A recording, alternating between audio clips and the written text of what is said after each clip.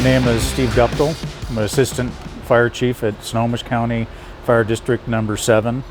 We just rebranded our agency to a new name of Snohomish Regional Fire and Rescue, so this will be the first truck that we have branded with the name of the new agency. Our department is the result of merger of 3 different departments, so I believe our population served is somewhere just under 200,000 now, and our area that we serve is approximately 160 square miles.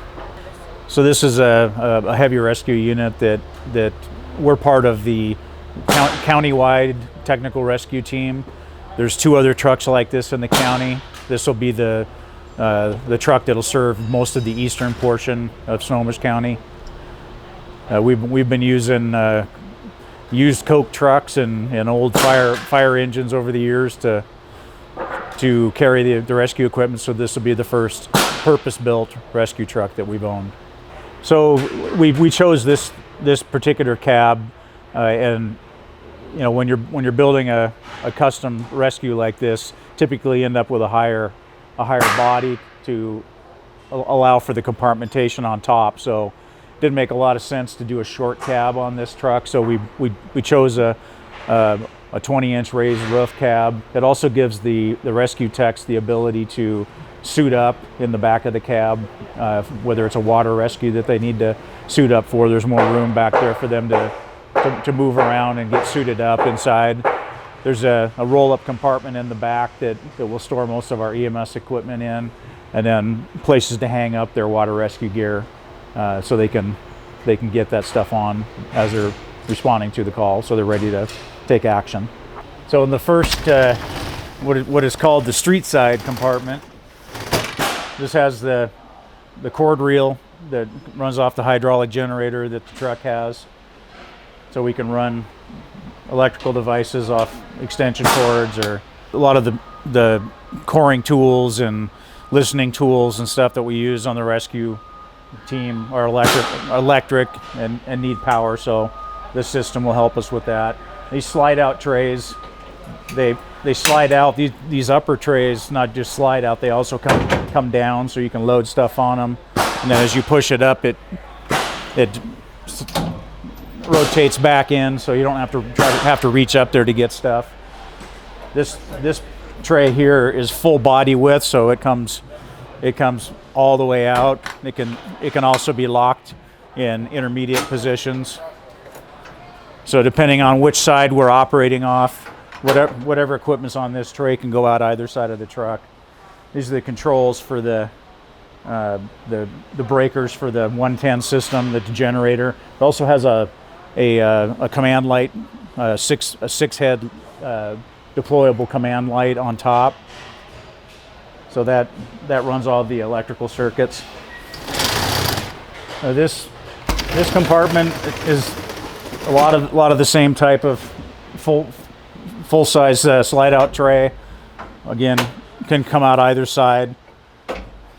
The lower compartments are for storing larger boxed items, and again, both sides also have the tilt down and out tray on the upper portion of the compartment. There also is provisions for rescue tie-off points here. We can either put an eyelet in here, or we can use the 2 points here for rigging a rope system to do a over-the-bank rescue. We also have rescue points at the top of the truck for the same purpose. The forward 2 on the body, this one and the same one on the other side, also have an electrical connection to attach a winch, so we can attach a worn electric winch to either secure stuff or haul stuff up with. So we have the ability to do that from both sides of the body, as well as the front and the rear of the truck. So the wheel well area, we take advantage of all the little storage areas. This is storage for SCBA bottles. So we have the two of those compartments above the street side wheel well. There's one on the other side because the fuel fill is on the other location. This compartment has, again, tilt out and down trays. on both sides.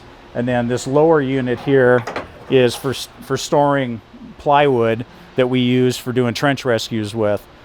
So that's always been, a lot of the rescue trucks that we've seen didn't have a provision for the plywood on it, so we would often have to tow a trailer with extra plywood and things on it. But when you're trying to stabilize a trench quickly, having the plywood ready to go is a big plus. So we have an area here dedicated to flat load 4x8 sheets of plywood.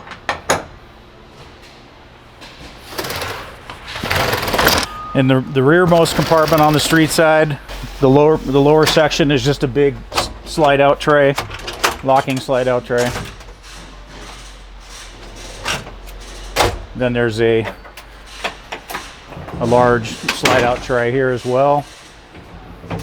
And these are the anchor points that we use in these hitch points for the rope rescue. I believe this is where we're going to be putting our trench struts. So we have adjustable air shores that will lay in this compartment. And I think this area is going to be for some of the airbags and the airbag control systems that we carry.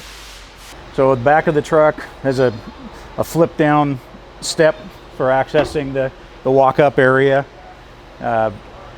These compartments are just for miscellaneous small things, road flares, things like that.